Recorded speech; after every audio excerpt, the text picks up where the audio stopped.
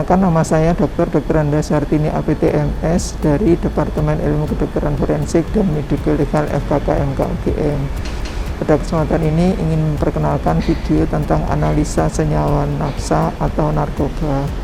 Ini adalah salah satu senyawa nafsa atau narkoba, adalah amfetamin yang sering disalahgunakan pada masyarakat luas. Video ini diharapkan bisa sebagai pembelajaran bagi mahasiswa Universitas Gadjah Mada maupun perguruan tinggi lain. Selamat menyaksikan video berikut.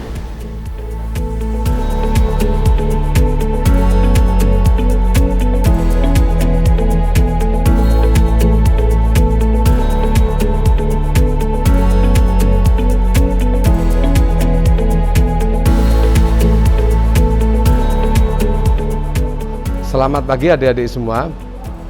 Pada pagi hari ini saya akan menjelaskan bagaimana cara melakukan analisis narkoba yang merupakan metode penting dalam analisis senyawa obat. Nah, pada kesempatan ini kita memiliki metode kolorimetri untuk mengetes keberadaan narkoba di dalam sampel. Prinsip kerjanya adalah sampel kita letakkan di tabung reaksi di sini, kemudian nanti kita tambahkan preaksi.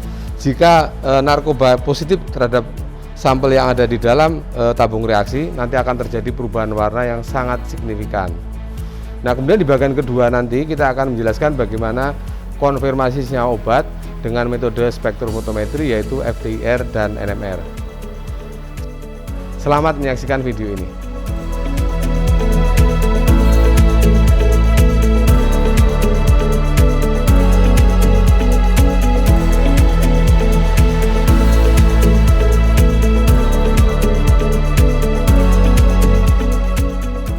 Sampel pertama kali kita masukkan ke dalam 4 atau 5 tabung reaksi yang sudah dibersihkan terlebih dahulu. Kemudian apabila sampel larut di dalam air, kita perlu melakukan di dalam aquades. Nah, sampel-sampel ini terdiri dari 4 komponen. Yang paling utama adalah belangko, kemudian senyawa nafsa yang akan kita tes. Nah, sebagai kontrol negatif kita gunakan parastamol dan kafein. Kali ini kita dibantu oleh Mbak Vina sebagai asisten peneliti saya di Laboratorium Kimia Analitik. Untuk perubahan warna yang mendasar nanti kita akan tambahkan preaksi. Ini adalah preaksi Marquez atau preaksi untuk tes drug. Prinsipnya adalah reaksi kimia yang menghasilkan warna, yaitu senyawa antara reagen dengan drug itu akan membentuk suatu senyawa yang berwarna yang sangat khas, yang kemudian kita konfirmasi dengan menggunakan chart seperti ini ya. Nah, chart seperti ini ada menunjukkan nanti kita akan melakukan analisis drug nomor 1, yaitu MDMA. Ya, silakan Mbak Vina.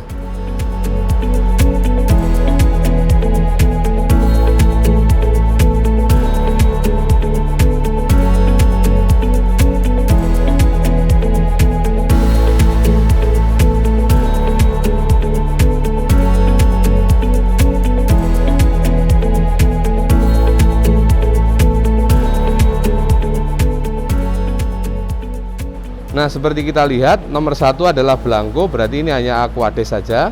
Nomor 2 adalah senyawa nafsa yang kita tes. Dan yang ketiga adalah kontrol negatif, yaitu parastamol, dan yang keempat adalah kafein. Reaksi akan berjalan kira-kira sekitar 30-60 detik. Jadi nanti kita bisa melihat perubahan warna yang sangat khas dari senyawa narkoba.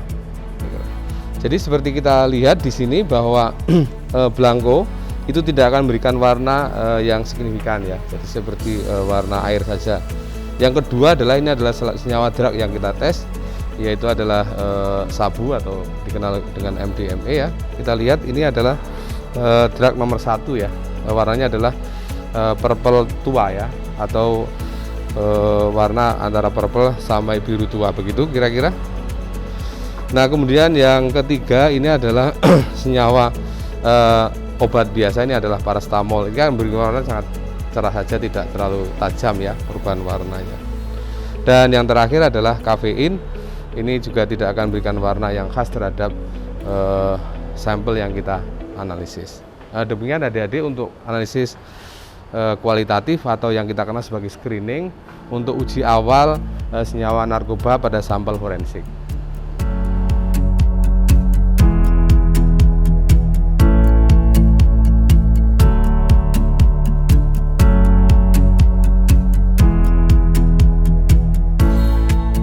kita akan melanjutkan analisisnya obat, yaitu menentukan strukturnya.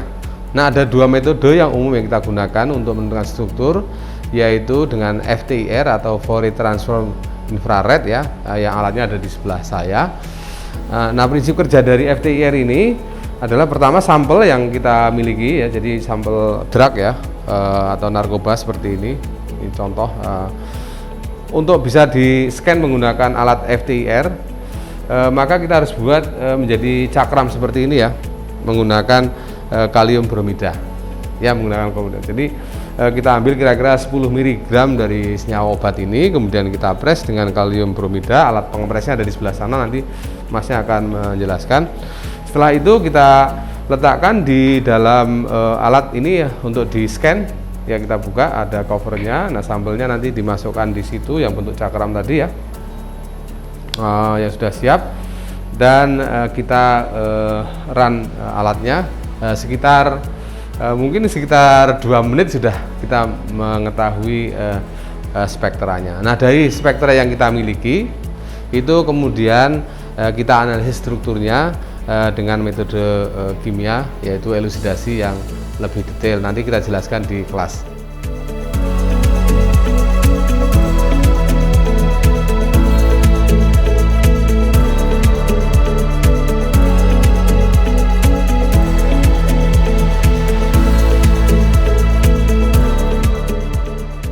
Adik-adik semua, sekarang kita berada di Lab Kimia Organik Fakultas MIPA UGM. Nah, pada kesempatan ini saya akan menjelaskan tentang proses analisis kuantitatif senyawa obat yang kita baru saja analisis dengan menggunakan screening atau kolorimetri. Nah, prosedurnya adalah sampel yang kita miliki itu dilarutkan ke dalam pelarut yang sesuai, kemudian kita masukkan ke dalam vial-vial kecil seperti ini ya. Ini adalah sampel-sampel yang akan kita analisis. Ada berapa sampel dimasukkan vial. Nah, kemudian kita run secara otomatis. Mesin akan membaca, karena namanya adalah auto sampler. Kira-kira dalam waktu sekitar 30 menit, ya sekitar 30 menit tergantung senyawanya, kita akan mendapatkan kurva atau hasil analisis seperti ini ya, seperti yang kita amati pada layar. Nah, secara kimia kita bisa menentukan struktur senyawa obat yang baru saja kita analisis di laboratorium sebelumnya, untuk memastikan bahwa senyawa tersebut adalah benar-benar senyawa narkoba.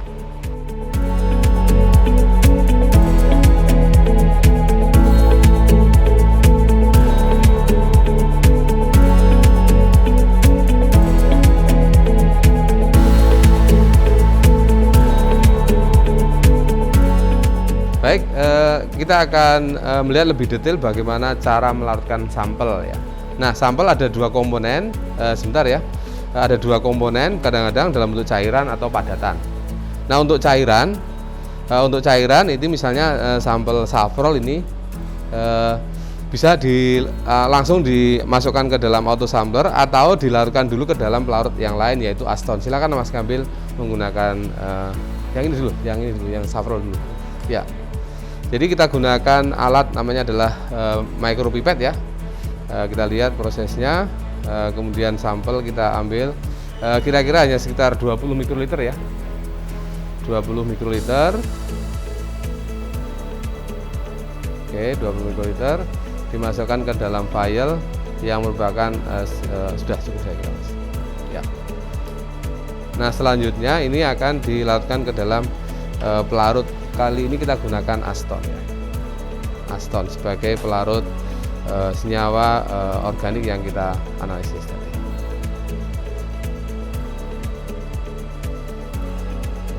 Oke, kita tambahkan pelarutnya kira-kira 2 atau 3 kali lipat dibandingkan dari sampelnya ya, 2 atau 3 kali lipat sebelum kita injeksi menggunakan autosampler. Ini nggak usah dimasukkan.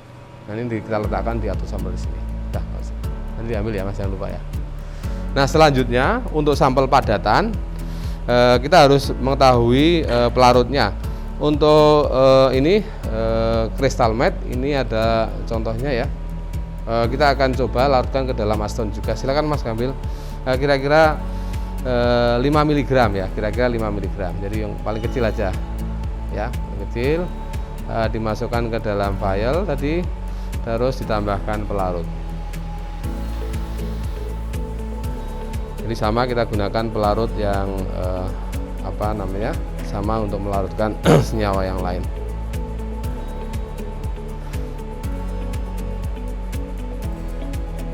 Oke, ya. Oke, terima kasih. Nah, ini saya dibantu oleh Mas Timur ya. Ini sudah larut, kemudian nanti dianalisis dengan menggunakan. Nah, selanjutnya mungkin untuk lebih detail, untuk mengetahui kuantitas senyawa yang ada di dalam sampel, kita lakukan analisis kurva ini ya Mas ya. Kurva ini kita analisis. Nah, luasan area di bawah kurva ini atau di bawah puncak-puncak ini adalah merupakan kuantitas yang ditentukan dalam jumlah miligram per mililiter ya, atau gram per liter.